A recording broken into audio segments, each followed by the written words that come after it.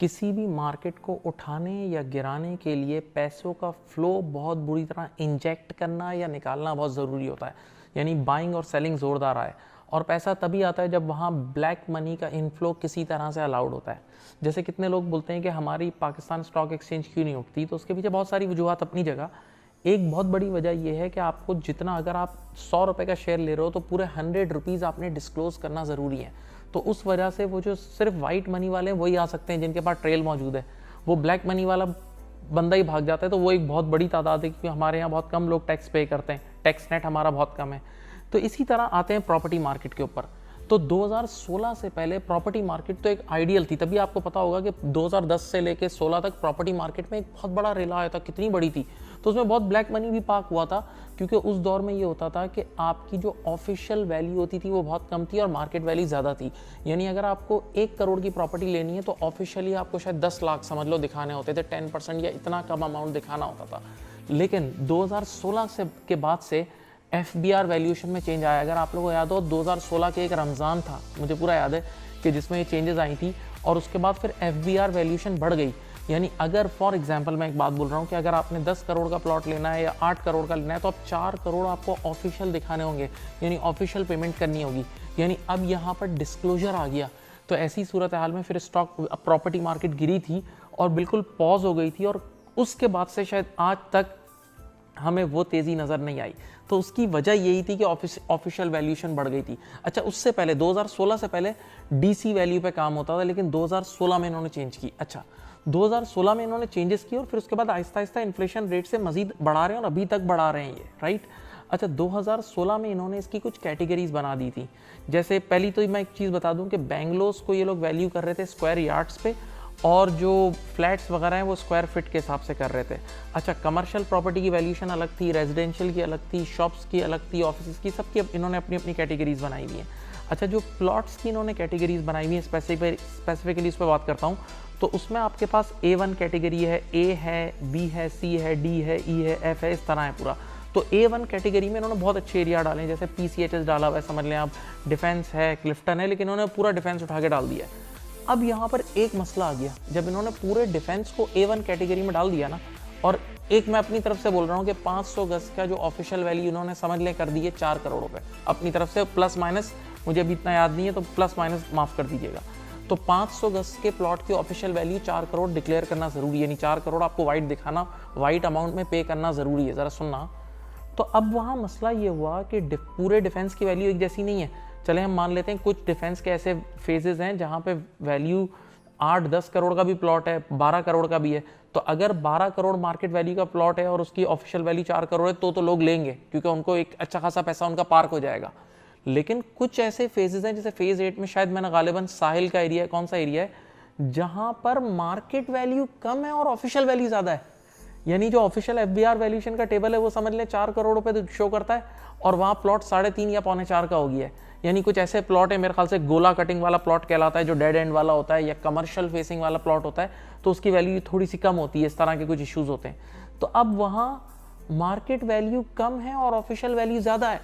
तो अब ऐसी सूरत हाल में 2 प्रॉब्लम्स क्रिएट हो गए।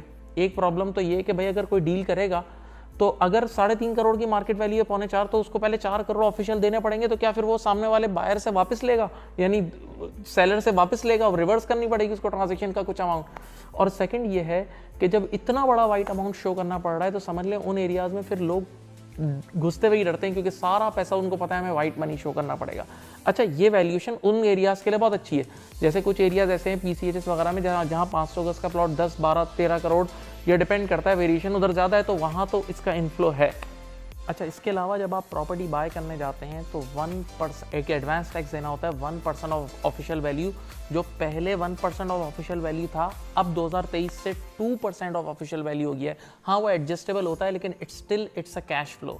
इसके अलावा जब आप प्रॉपर्टी बाय करने जाते हैं तो रजिस्ट्रार के ऑफिस जाते हैं, तो आपको 1% ऑफ DC वैल्यू का एक टाउन टैक्स देना होता है, 1% ऑफ DC वैल्यू की स्टैम्प ड्यूटी देनी होती है। इसके अलावा आपको ट्रांसफ़र चार्जेस देने होते हैं, आउट ऑफ द पॉकेट भी कुछ पैसे देने पड़ते हैं, ये भी मार्केट का एक कल्चर है, वो अलग से देना पड़ रहा होता है। फिर अभी एक और लॉ में चेंज आया है कि भाई पहले ये होता था कि एक कैपिटल गेन टैक्स सेलर को देना होता था, कि अगर वो 4 साल के अंदर अंदर बेच दे, खरीदे और 4 साल के अंदर अंदर बेच दे तो 236C के नाम से एक सेक्शन है वो देना पड़ता था। लेकिन अब अगर वो 4 साल से ज़्यादा क्या 15 साल बाद भी बेचे, जितना भी होल्ड कर ले, अब उसको हर हाल में कैपिटल गेन टैक्स देना है। पहले 4 साल बाद बेचते थे तो नहीं देना पड़ता था, अब देना पड़ेगा चाहे आप जितने साल बाद भी दो। तो सेलर के ऊपर भी आ गया है ये कि वो जो कैपिटल गेन टैक्स है, और बायर के ऊपर भी लगा दिया ये, यानी बायर और सेलर दोनों पे लगा दिया। लेकिन सेलर के ऊपर है कैपिटल गेन। कैपिटल गेन इस तरह है कि जैसे जब खरीदते वक्त अगर ऑफिशियल वैल्यू 1 करोड़ थी और बेचते वक्त 1.5 करोड़ हो गई, तो बस उसको इन्हीं इंक्रीमेंट अमाउंट के ऊपर उसको अल्टीमेटली देना पड़ेगा, बाकी एडजस्ट हो जाएगा। लेकिन जो बायर है उसको तो हर हाल में 2% ऑफ द ऑफिशियल वैल्यू का ये टैक्स देना ही देना है, तो बायर के ऊपर और मसले हैं।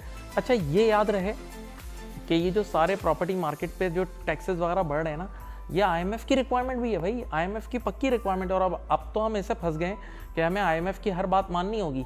यानी एक बात सोचें भाई, अब हमारे पास और इंडस्ट्रीज बची नहीं है जिस पर हम टैक्स लगाएं, बाकी सारी इंडस्ट्रीज तो बहुत हद तक बैठ गई हैं भाई, ऑटो इंडस्ट्री, बहुत सारी इंडस्ट्रीज तो हमारी बैठ गई हैं। तो अब बचा ही प्रॉपर्टी मार्केट। इसको यूँ समझें, हम लोग अकाउंटिंग में एक ऐसे ही बच्चों को समझाने के लिए एक चीज़ समझाते हैं, जब गोइंग कंसर्न वगैरह पढ़ा रहे होते हैं तो हम उनको यूँ बोलते हैं कि भाई एक बंदा था, उसके पास 4-5 चीज़ें थी, एक गाड़ी थी, एक घर था, एक मेज़नाइन फ्लोर था, एक प्लॉट था। तो अब उसने कर्जे लिए हुए थे, तो कर्जे उतारने के लिए पहले उसका प्लॉट बिका, फिर उसका मेज़नाइन फ्लोर बिका, फिर उसका घर बिका, अब उसकी एक गाड़ी बच गई है। तो वो गाड़ी पे हाथ रख के बड़े स्टाइल से बोल रहा है, मेरा कोई इरादा नहीं है कि मैं इस गाड़ी को बेचूं। तो अब हम उसको बोलेंगे, भाई अब आपका इरादा गया तेल लेने, अब तो बची है अब तो बची ही है, तो अब तो यही बिकेगी। तो बहरहाल ऑन अ लाइटर नोट, तो बाहर इस चीज़ को समझें। अच्छा, एक और चीज़ मैंने आजकल नोटिस की है कि जितनी भी अभी पॉलिटिकल पार्टीज़ की कैंपेन है ना, उनमें भी ये चीज़ नज़र आ रही है, वो भी इस चीज़ को प्रमोट कर रहे हैं कि हम ये जो ऑफिशियल वैल्यू है इसको बढ़ाएंगे, यानी ऑफिशियल वैल्यू अभी और बढ़ेगी। तो आपका क्या ख्याल है, क्या ये ऑफिशियल वैल्यू बढ़नी चाहिए या ये कम होनी चाहिए? देखिए, ऑफिशियल वैल्यू अल्टीमेटली बढ़ना तो अच्छा है कि इंसान अपनी वाइट वेल्थ डिस्क्लोज करे। अच्छे कंट्रीज़ में तो कंप्लीट अमाउंट वाइट दिखाना पड़ता है, यहाँ अमेरिका में तो आपको कंप्लीट अमाउंट वाइट दिखाना पड़ता है। तो लेकिन अगर ये कम होगी तो ऑब्वियसली प्रॉपर्टी मार्केट चलेगी। तो आप अपने कमेंट्स में ज़रूर अपनी राय दीजिए और बताइए कि आपकी नज़र में क्या होना चाहिए, कि ये ऑफिशियल वैल्यू FBR की बढ़नी चाहिए, नहीं बढ़नी चाहिए। उम्मीद है आपको बातें पसंद आएंगी। अपना बहुत ख्याल रखिएगा। अल्लाह हाफ़िज़।